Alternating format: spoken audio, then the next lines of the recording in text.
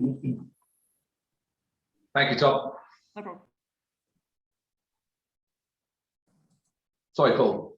Yeah, sorry. So I actually grew into the path. I had the benefit of experience of these old boys, and then I sort of developed the same mindset. And the most important aspect of that is communication. So if somebody's shouting at you and they're likely to turn violent, one old boy who was in his 70s then said, just sit down and smile. It's very hard to hit a bloke who's sitting down and smiling, which if you think about it, is quite true. So the most important aspect is communication skill set. Perfect. And how important is it when I see you on TV, Paul? How important is emotional intelligence in doing the role of an enforcement officer? You've got to try and think ahead. You've got to look at the problem through a 360-degree spectrum. So you've got to anticipate where the problems are going to come from. Not only the physical problems, so you're looking where the sword is, the mace, the pickaxe handle, a fire extinguisher or whatever, is that you've got to look for these things. So you've got to be spatially aware. And then all the time in the conversation, you're watching the eyes, the body language and everything. I went into a Turkish restaurant once and a younger bailiff was with me, and he said, the guy was going to come from upstairs, so he was obviously going to come down on the run. And he said, what are you going to do with the fire extinguisher? Because I pulled the fire extinguisher under the table. I said, if this turns nasty, I'll hit him with it. Oh, okay. So that was like preparing for the occasion. Yeah, so you got to think ahead. On another occasion, which is about a fire extinguisher, I was in the headquarters of a central bank in London, and they actually owed money and they didn't want to pay. And they said, what are you going to do next? I said, well, I'm going to seize your mainframe computers. You can't get in, it's time locked. I said, no, but I've got the key. And I said, you can't have it, it's an electronic time lock. So I picked up a fire extinguisher again off the wall this time and said, I've got the key. You may not have noticed, it's a glass door. So that's the answer. Okay. So there, fire extinguishers figure quite high in my estimation. Perfect. Thanks for that. I mean, if you look at the economy where it is at the moment, and it has been very much an artificial economic environment because of support from the government, there's been plenty of liquidity, the court system has been closed and now it's overloaded. Do you see any signs that there's going to be a significant increase in company insolvencies and the need to enforce?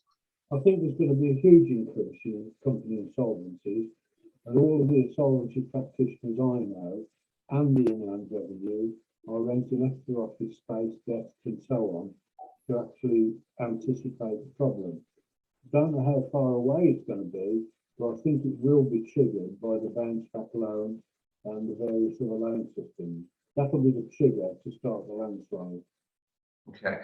If you're a credit controller, Paul, and you have an overdue debt, and rather than go down to court systems to recover that debt, is there any tips or your experience that you can share with a credit controller to avoid, ultimately going down the courts to help them to collect that debt? My own experience, and this is current, recent, and I mean in the last few months, is where possible, avoid court at all costs, because it cost one of my companies nearly £30,000 to get an injunction to stop a winding up petition. That was the first problem. The winding up petition was for 20,000. Our counterclaim was for 300,000, but it still cost us £30,000. The costs were awarded in our favour, but the judge cut the cost down by 25%, and the company is now paying on the drip fee of £1,000 a month. So court and the courts at the moment are completely and utterly clogged. If someone defends a case that we're taking against them, and in this case I'm defending the client, the court case has been set back to August 2022. It's £10,000 plus.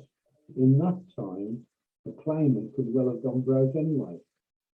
So the thing is, please don't start thinking panacea. The courts now should be an absolute last resort. They're completely clogged up, completely overwhelmed. Crazy.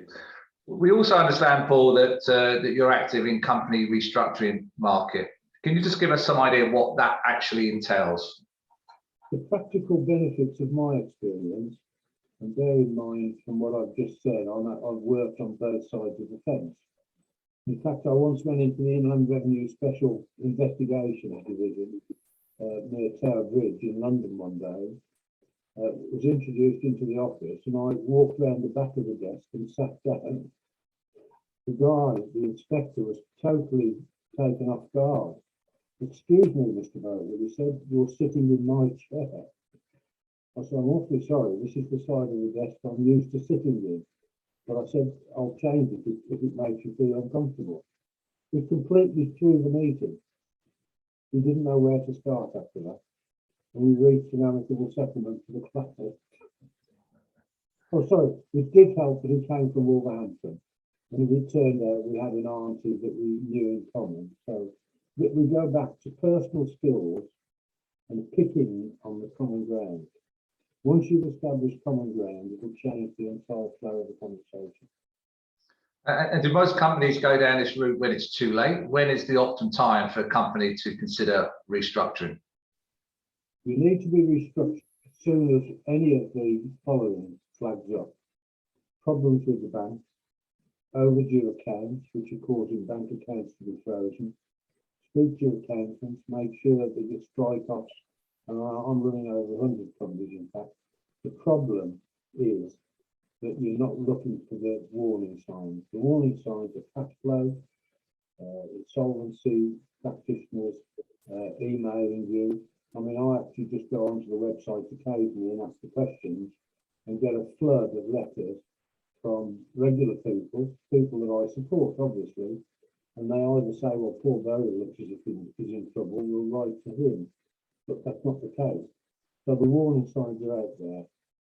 An increasing debt ledger, all of those things. Start doing something about it now. And if you look at what you talked about, Paul, we are looking at a very challenging period of trading. We're probably looking at a significant increase in company insolvencies. What signs should a credit look out for where may indicate that the company's got some early signs of some financial difficulty? In recent times, the biggest sign has been the obvious sign, the service of a staff demand, or the threatening letters threatening that, or threatening court action. But I walked into an office a few weeks ago, £79,000 worth of rates debts, but nobody had looked at them. So somebody had seen that. They've now turned into summonses, all on the same day, and they've all got to be addressed. But some of the properties don't exist, all the things I explained earlier. It's the early signs. Somebody should have picked that up, gone to their line manager. What do we do about this? The answer the line manager would have given, and did eventually, give them to Paul Bohill. He'll know what to do. Okay. And if you're a credit control manager, you may not be privy to that information. Yeah, you may not be aware that they haven't been paying HMRC or the rates. Is there any other, and there may not even be a CCJ. In your experience, is there any payment patterns or any other indicator that a credit controller can look out for that may flag that as a warning account or watch out account? Just the slowing down of payments, which is the obvious one. So I remember when because I actually was involved in running the company with the VAT bailiff, and when one of their senior officers had a conversation with me, she actually said, when somebody registers for VAT, they get the application form, which is then signed, so they get the VAT certification certificate and a bucket of sand. She said the minute they get a query on the VAT issue, they walk into the corner and put their head in the bucket of sand. And I think that applies right over the whole system. So if I walk into somewhere, I'm looking for those signs straight away. Summonses, late payments, warning letters, all the things that are pretty obvious. Or, more particularly, and you can walk around supermarkets now, and just look at stock levels. A good bailiff will know between walking through the front door and reaching the pay point, looking at the stock levels, Christmas stock from last year stored on top of the racking, or the stock levels or the stock room empty. So now, I mean, I've been part of an exercise where a supermarket I worked with started doing 2 deliveries a week instead of 1. They knocked something like £40 million off their stock holding straight away. They didn't need to hold it. So you need to be looking at liquidating stock. How long have we had it? Bin it. Use the space. Brilliant, and thanks for that, Paul. And if you look at a company, we've looked at, you know, where there is financial warnings, warnings that the company's in financial difficulty. The other side of that, how do you pick up, and it's also a risk factor, if a company's over trading and overstretching themselves? Is that a risk? Sorry. Yeah, over trading and overstretching, you've just took 98% of the companies that are operating at the moment. They've all gone beyond the limit. They all were the beneficiaries of £50,000 bounce back loans, and some of them, where you've got a group of companies, had millions of pounds worth of bounce back loans, which they immediately rotated within their companies to prop up or to fill in the gaps of the ship was sinking. They're now going to be called to account. And that's when 2 things will happen. The company liquidations will start and the personal bankruptcies will start, because they've all gone out. I mean, it is stupid, but I've actually seen the benefit. People have gone out and bought boats, had holidays, and bought Ferraris or similar. That's the problem. The companies were not propped up by it. Now, I don't think the Inland Revenue have got people like us on their team. If they did, we'd go through these companies like a dose of salt.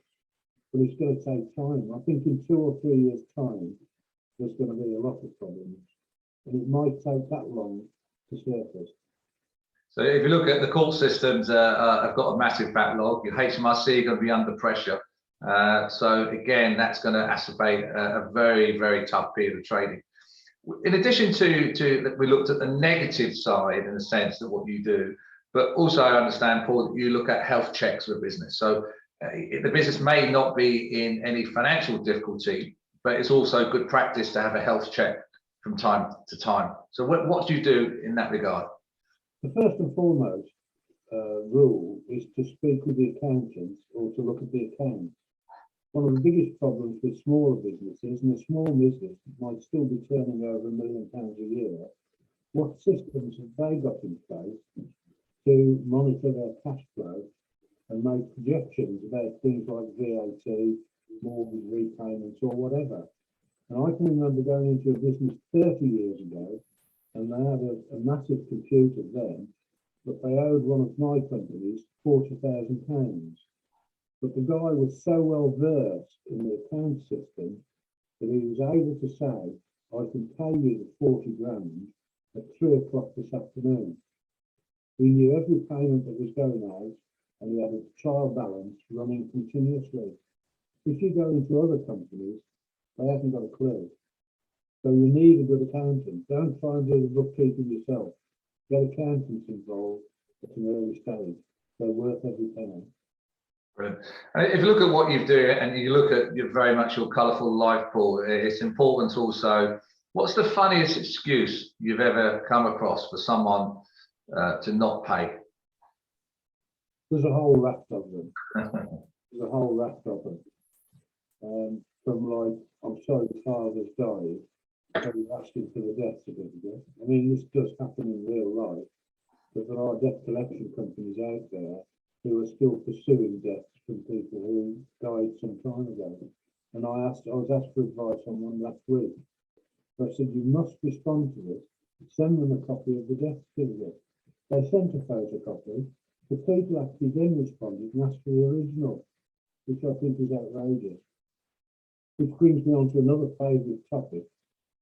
The debt collection companies and the bailiff companies are now being handed, hypothetically, cardboard boxes full of old debt, and they're processing it. And there was an item in the Daily Mail only 2 days ago where it's saying the largest growth industry at the moment is the private parking industry. And the bailiff companies who profit on the back of that. But private parking is a no victim crime, if you like. So these parking offences and the cameras on the car park, and this is a personal view, are just being used as cash generators. But the £60 parking fine becomes £400 plus by the time it gets to the bailiff company. I've gone on parking fines that have been thousands of pounds. In a classic case in Edinburgh, I think it was, where a girl was bankrupted because she didn't pay a parking fine. So that's the hidden danger. And I'm interested, but what's the largest debt that you've been asked to recover, and were you successful in recovering that debt? This wasn't the largest debt. It was a debt of about 40,000, roughly. But we seized an asset, which was the only unencumbered asset, and this was on the television, which was a racing car that was worth £1 million. Wow. But it was the only unencumbered asset that we could seize. Crazy. But yes, there have been works of art, I mean, probably in the low hundreds of thousands, because beyond that, the actual operating bailiff, the day-to-day bailiff, is unlikely to try and collect a debt for £500,000. It's going to be a company job. And generally, Paul, if you look at where you do seize goods, hopefully to the value, are you generally successful, or is enforcement officers successful in selling those goods and fully paying off the debt assigned, or? I think the actual percentage of goods that are seized and sold is probably, and I haven't been knocking on doors for 3 years, is less than 5%. Wow. So like with many issues, the threat is more effective than the practical application, because if you go to an average house, the entire contents of the house, some of which is protected anyway from seizure, wouldn't raise the cost of removal. All right, brilliant. And if you're a credit control manager, and we talked about the risk is going to be quite high moving forward, and it's going to be increased insolvencies, what due diligence or research should a credit control manager do in advance before offering open credit terms? You've got all of the tools at your disposal, and I've used them, or do use them occasionally. You need to be searching the bankruptcy register, the CCJ registers, and some of the paid systems will actually give you the time delay after the 30-day period of when these customers usually pay. So if you're opening a credit account with somebody, you've got to look at the credit record. You've got to look at, do these people pay on 30 days, 60 days, or 90 days?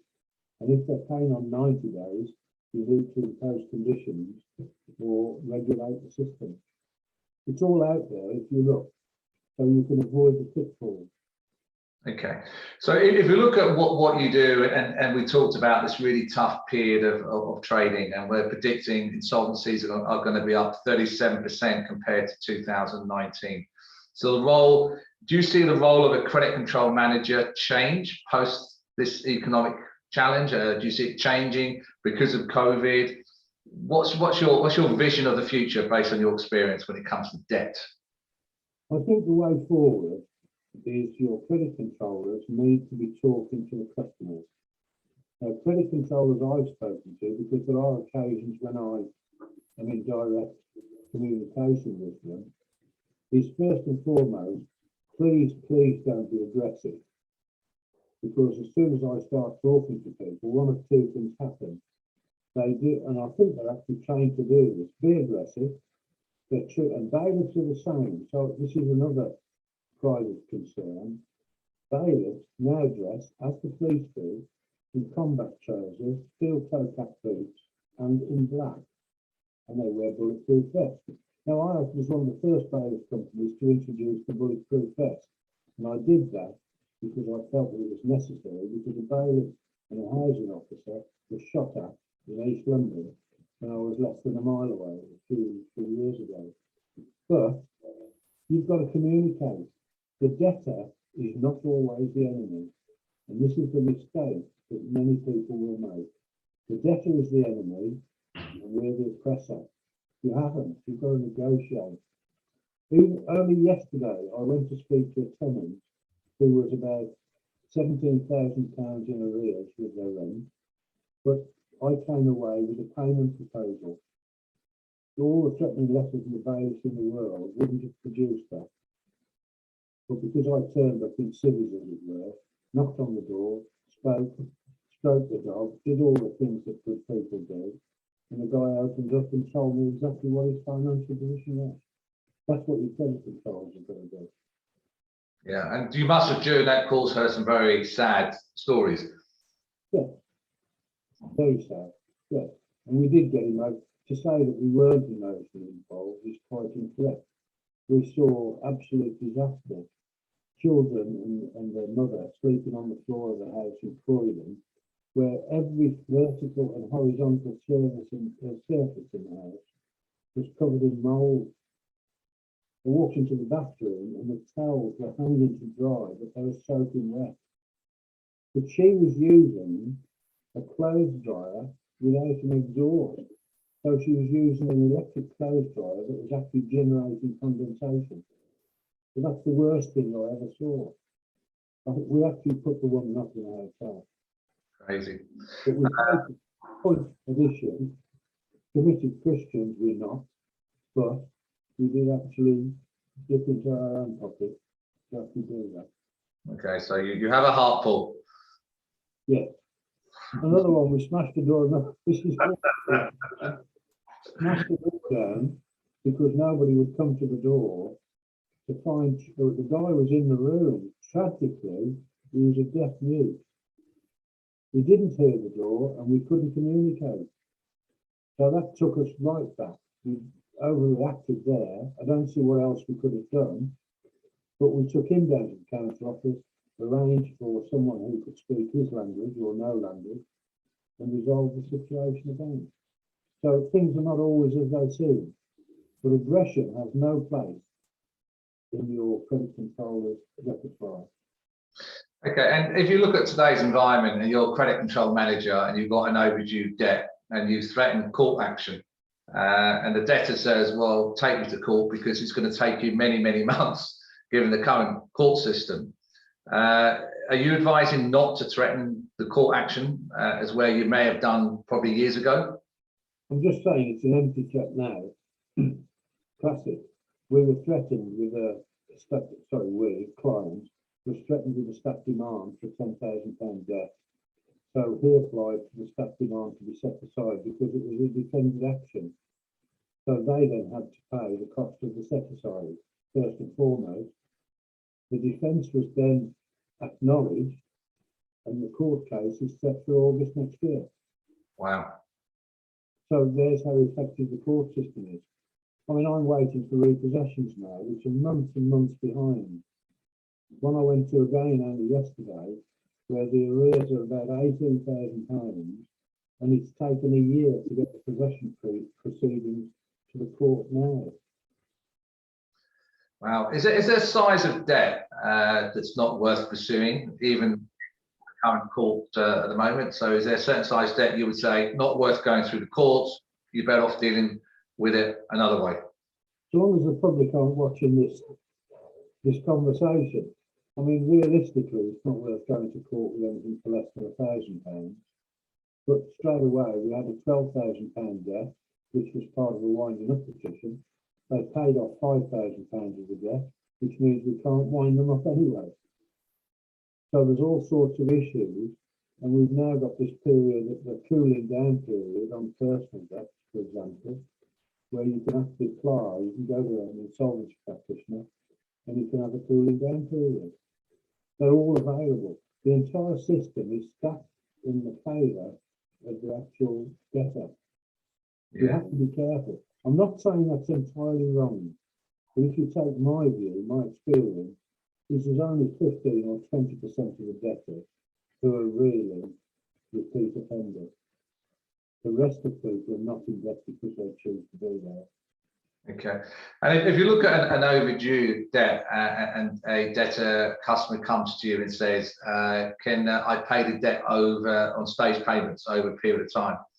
is there a maximum period of time you would recommend for that debtor to enter into some form of payment plan? It's got to be realistic. If you look at the inland revenue system, they'll take a payment over a year. I think you can't really stretch it beyond that. Depends on the size of the debt. You've got to use your experience and judgment on it. If you look at a day-to-day, what does your day-to-day these days look like, Paul? The problems are either very small or very large. So, for example, one of the biggest problems I've got is opening bank accounts for new companies. The mainstream banks don't want to know. The fringe banks are far better than the mainstream banks. So they'll open an account. But the actual credit reference checks or their fraud checks, and now I tried to transfer to pay for stock for a client, £25,000. I had to break it down over 4 days because every time I put anything over 5,000, their fraud checks kicked in and they wouldn't allow the payment to go through. So the biggest day-to-day problem going forward in practical terms is getting a company set up, which is simple, £12, takes 20 minutes. Getting a bank account open with a mainstream bank can take 3 months. And I've just wrested control of a bank account from a company I've taken over, and it's taken 3 months for my staff to go into the account. We had to use third parties, the old director, not a comfortable situation. So the banks are a huge problem at the moment. Okay. And what about funding? If you, in your experience, Paul, if you look at, certainly in my experience, most companies become insolvent because they simply run out of money, cash flow. Yeah. So a lot of companies have got a lot of the government-backed loans, which has allowed them to survive. What's your experience in respect of the appetite of financiers to fund companies moving forward? Well, I actually work with a finance group anyway. And they actually appreciate my ability to walk in through the front door, be it a factory or a shop, speak to people and find out whether things are really as they should be.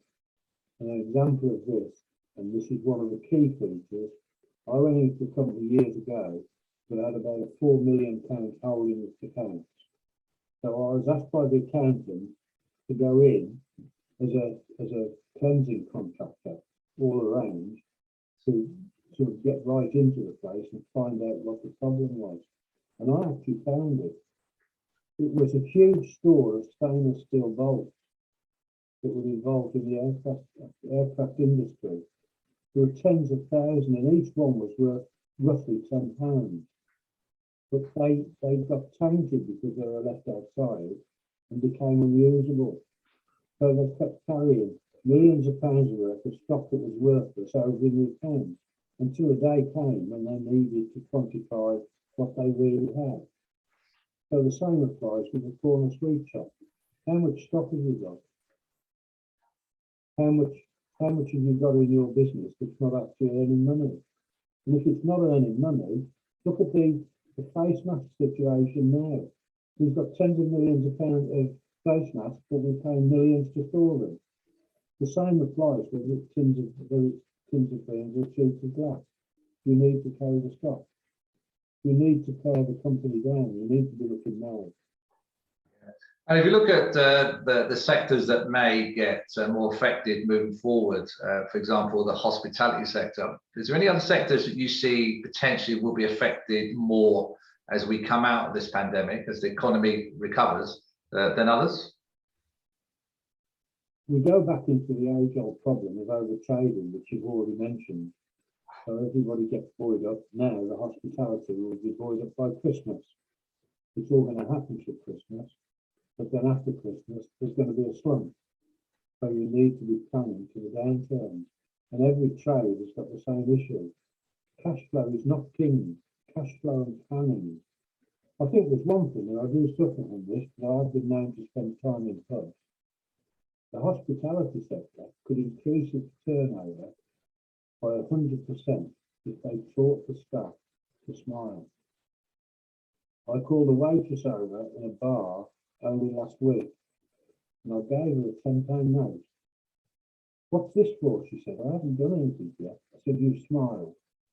you're the only person in this pub, and it was a big pub in London, who smiled. Go back and tell the rest of them, there's a guy over there giving tenors away for smile. See if that will make it work. It didn't. They all line up smiling and come for their tenner then, Paul? If they had, I had a stock of tenors to give them. I was making a point with people I was with. Okay, and if you look at when companies become insolvency, is there any peak in a general year when you see more companies becoming insolvent than others? Or is it just generally the same throughout the course of the year? The trough that's going to happen now is the bounce back loans have all been deferred for a year. So everybody, that year will slip away. It's happening now with companies that I'm involved with. So that's an expense they hadn't budgeted for. So your credit controllers, the entire system is functioning on how much do we know? How much do we know about the actual functioning of the building? I've got a comment here from someone who's on the call, Paul, that's in the hospitality sector, and it says that you'll be bankrupt if you went and drunk at one of their hotels. Don't be shy. Tell us where we're drinking the next 28 days. I'm coming up north. I'm going to Humberside shortly. So if you tell me the name of the hotel, I'll come there and I'll bring the pocket full of tenors. Okay, well, that's an offer that I think we can't refuse. And also, how does someone get in contact with you? And do you offer like a one-to-one service? How does someone reach out to you, Paul, if they need some of your advice? It's Google, mate. It's Google. Okay.